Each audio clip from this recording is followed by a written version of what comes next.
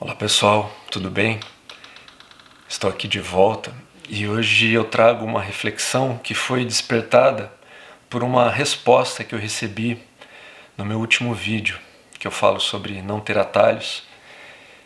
O Bruno, um amigo com quem eu jogo frequentemente, vou jogar hoje, daqui a pouco, ele estava também lá em Criciúma participando do torneio e após o vídeo ele me escreveu dizendo que tinha se identificado muito e que no momento da decisão do jogo dele também fez um jogo muito apertado, que ele perdeu no momento que ele estava na frente, ele deixou o adversário dele passar. E tenho a casa aqui do lado da minha, o pessoal aluga para Airbnb e acabou de chegar um pessoal aqui, os cachorros, quando tem gente diferente aqui, eles gostam de se fazer notar. Espero que não atrapalhe muito. Mas o Bruno me disse que ele se identificou muito. Ele se identificou muito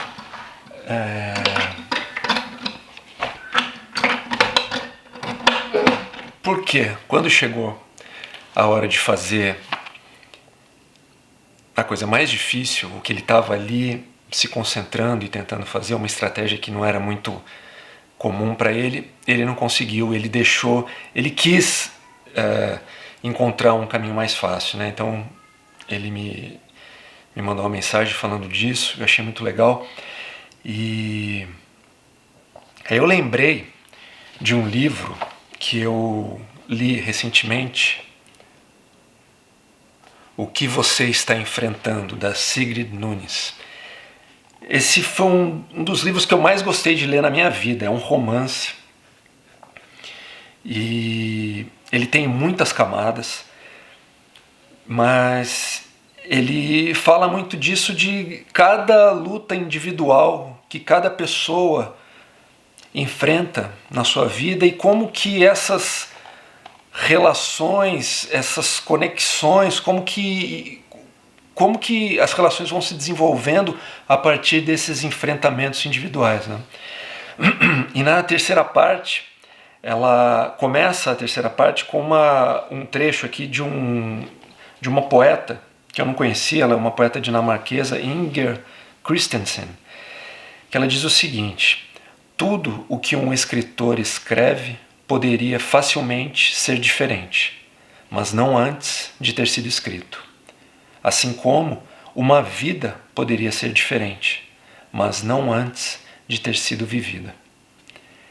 Eu achei incrível isso daqui e me lembrou muito um outro livro que eu venho lendo, mas esse num ritmo um pouquinho mais lento, que é um livro do Robert Sapolsky, que é um professor da Universidade de Stanford, nos Estados Unidos. O livro se chama Determined. É um termo difícil de falar em português, né? Não tem em português ainda esse livro, mas o Sapolsky ele fala muito sobre... Ele afirma que não existe livre-arbítrio, e ele usa esse livro para comprovar essa tese dele de que não existe o livre-arbítrio. É um livro muito interessante. E essa frase, né, que a vida poderia ser diferente, mas não antes de ser vivida, me lembrou muito daquilo. E tem um trecho lá no livro do Sapolsky que se chama Fazendo a Coisa Certa Quando Essa é a Coisa Mais Difícil a Ser Feita. E nesse trecho ele fala bastante do córtex pré-frontal. Eu conheço muito pouco sobre essas regiões do cérebro, as suas funções. Eu conheço o básico e conheço o que eu sei dessas minhas leituras, mas eu faço uma relação muito profunda com a minha experiência jogando tênis e a minha experiência na vida. E lá, quando ele fala sobre o córtex pré-frontal, ele diz que a função principal do córtex pré-frontal é essa, de fazer a coisa certa, quando é coisa difícil a ser feita, e principalmente de não fazer a coisa que é emocionalmente mais fácil. Então, que tem uma função de resistir à tentação, né? E eu achei muito curioso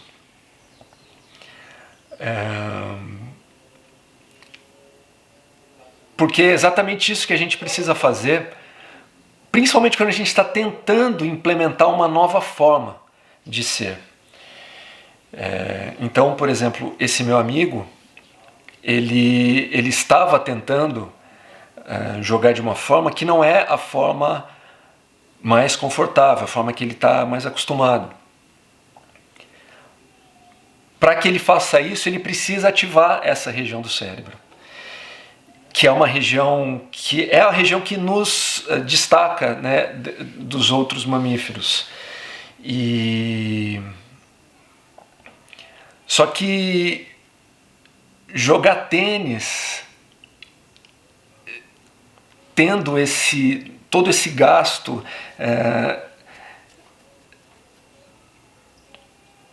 com o cérebro ocupado em tomar essas decisões, acontece que é muito difícil, né? Porque a gente joga tênis reagindo quase que instantaneamente às coisas e aos eventos. Então é muito custoso. Quanto mais a gente está cansado fisicamente, menos a gente tem condição de tomar essas decisões. E o que acontece, por que eu me lembrei desse livro aqui da Sigrid, é que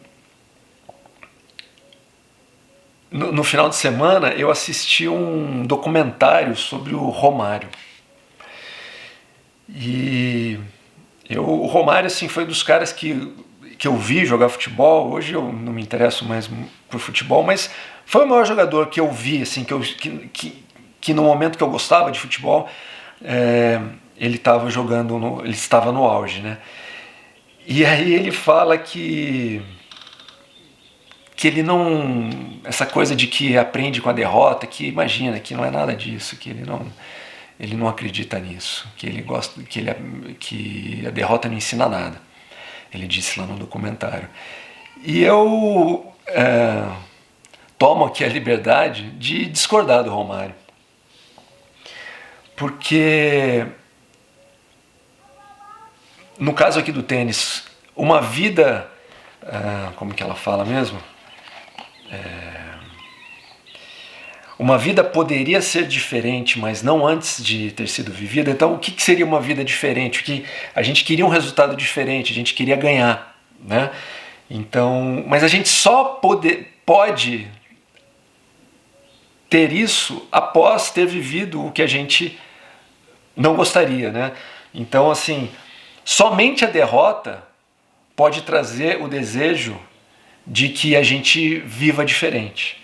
Porque se a gente ganhou, a gente não vai querer... A gente pode até querer ganhar de outra forma, tal, mas o que normalmente acontece é que a gente perde e aí a gente quer fazer algo diferente para que a gente não perca de novo.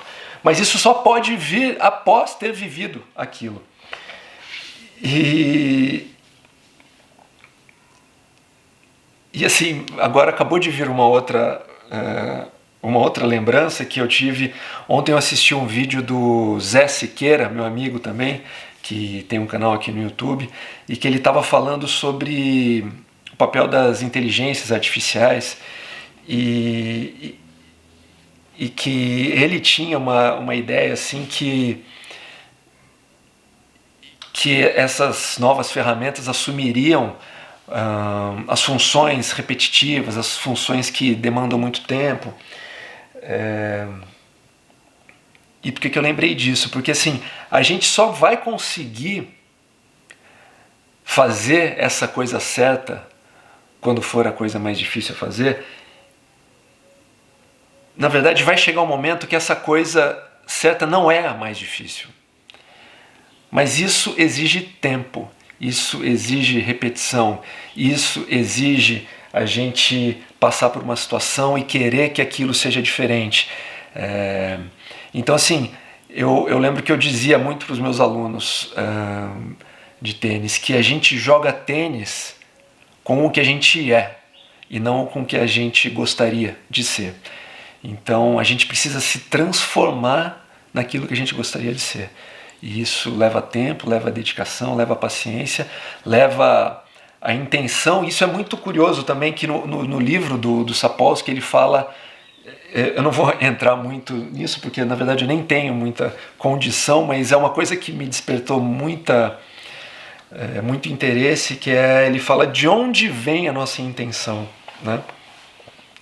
Porque a gente pode, depois que, né, que aconteceu algo, a gente pode querer que algo seja diferente, mas será que a gente pode querer outra coisa que a gente quis? De onde vem, de onde desperta o desejo e a intenção? É uma questão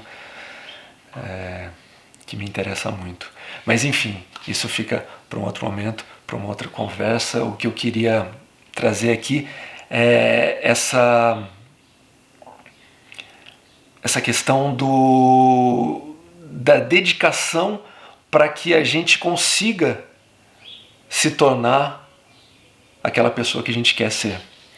E isso leva tempo, isso leva frustração, isso leva muita dedicação, paciência. Então, dentro da quadra, jogando tênis, a gente só vai tornar a coisa certa mais fácil depois de ter feito muito e depois de ter se tornado aquela pessoa. É isso aí. Outra hora eu volto com mais reflexões aqui.